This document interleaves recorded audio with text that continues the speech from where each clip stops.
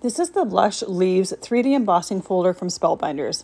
Anytime I use a 3D embossing folder, I like to mist both sides of my paper just to soften those paper fibers and really get it pressed into all the nooks and crannies of a 3D embossing folder.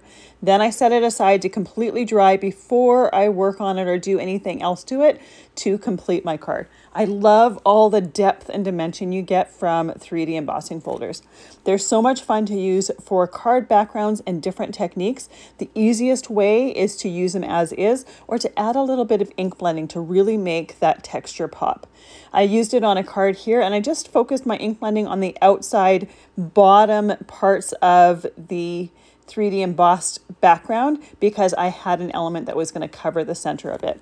When I glue my 3D embossed papers down, I make sure to be very liberal with the glue, and I always use a liquid glue for this to make sure that those recessed areas or the areas that are going to be attached to the card base really have a chance to glue well. I don't want anything lifting up. I love the texture that these 3D embossing folders give to card backgrounds. There's really nothing like it. This one is absolutely gorgeous and can be used for so many different themes.